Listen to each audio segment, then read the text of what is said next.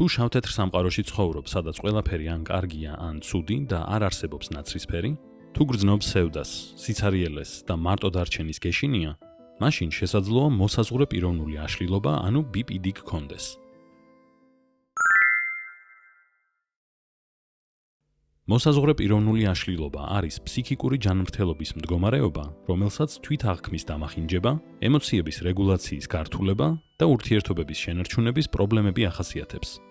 ის მოზრდილი მოსახლეობის დაახლოებით 1-2%-ს აწუხებს. როგორც ყველა ფსიქიკურ აშლილობას, მასაც გააჩნია სპექტრი და შეიძლება სხვადასხვა ფორმით გამოვლინდეს, დაწყებული ბრაზის გამოხატვიდან თვით დაზიანების მძიმე ფორმებამდე. მოსაზღვრე პიროვნული აშლილობის გამომწვევი მიზეზები ბოლომდე შესწავლილი არ არის. ნაწილობრივ იმის გამოც, რომ ის ხშირად გვხვდება დამოკიდებულებებთან, კვებით აშლილობებთან და ფსიქიკური ჯანმრთელობის სხვა პრობლემებთან ერთად. მნიშვნელოვან როლს შეიძლება ასრულებდეს გარემო ფაქტორები, მაგალითად ბავშვობაში უყურადღებობა და ძალადობა, თუმცა ასევე გენეტიკაც. რადგან მეცნიერებას ჯერ კიდევ არ აღმოუჩენია ბიოლოგიური მტკიცებულებები ფსიქიკური აშლილობების დიაგნოსტირებისთვის, იმის გასარკვევად აქვს თუ არა ვინმეს მოსაზღვრე პიროვნული აშლილობა, სიმპტომებს უნდა დავაკვირდეთ. ამის საილუსტრაციოდ გაიცანით ალექსი. ალექსი 20 წლის სტუდენტია. ის ყოველთვის მგრძნობიარე იყო, თუმცა ბოლო დროს თავს უფრო მარტოდ და ემოციურად გრძნობს. ის განიცდის 5 სიმპტომს, რომლებიც ხშირად ამ მდგომარეობასთან ასოცირდება. ალექსს ხშირად ეცვლება თვითიდენტობის აღქმა. ერთი დღის განმავლობაში ის შეიძლება თავს გრძნობდეს ყოვლის შემძლედაც და არარაობადაც.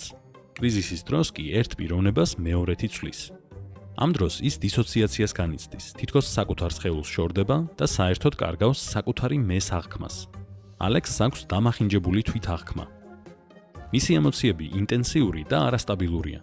პატარა დაბრკოლებამაც კი შეიძლება მწყობრიდან გამოიყვანოს და აიძულოს მეგობრობა ერთ წამში გაწყვიტოს. ყველა ემოციას მძაფრად აღიქვამს. სიხარული ეიფორიაში გადასდის, სევდა დეპრესიაში. ეს ემოციური არასტაბილურობა ალექსს ფიტავს და სწორედ ამ დროს განიცდის ის დისოციაციას.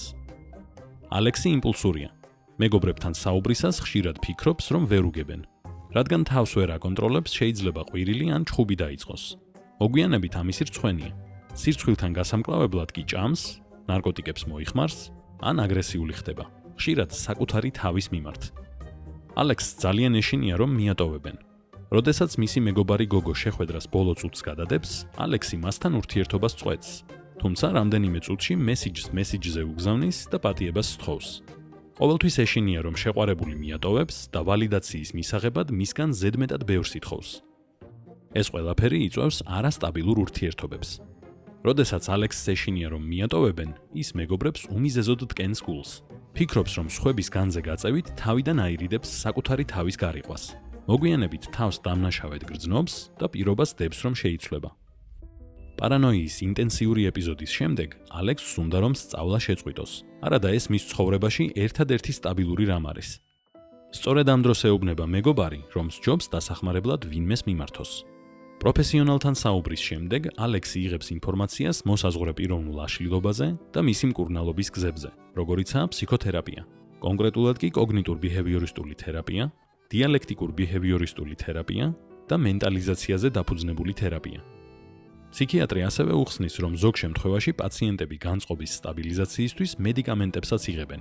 ეს ნაბიჯი შეიძლება საჭირო იყოს, რადგან ზრდასრულთა 50%, რომლებიც სიცოცხლეს თვითმკვლელობით ასრულებენ, მოსაზღვრე პიროვნული აშლილობითაა დიაგნოზირებული. ამ მდგომარეობის შესახებ ცოდნის მიღება ალექსისთვის შვებაა. ის მაინც იცის, რომ მარტო არაა. რას ფიქრობ? რისი გაკეთება შეგვიძლია მოსაზღვრე პიროვნული აშლილობის მქონე ადამიანების დასახმარებლად? გაგვიზიარე შენი აზრი და გამოცდილება კომენტარებში.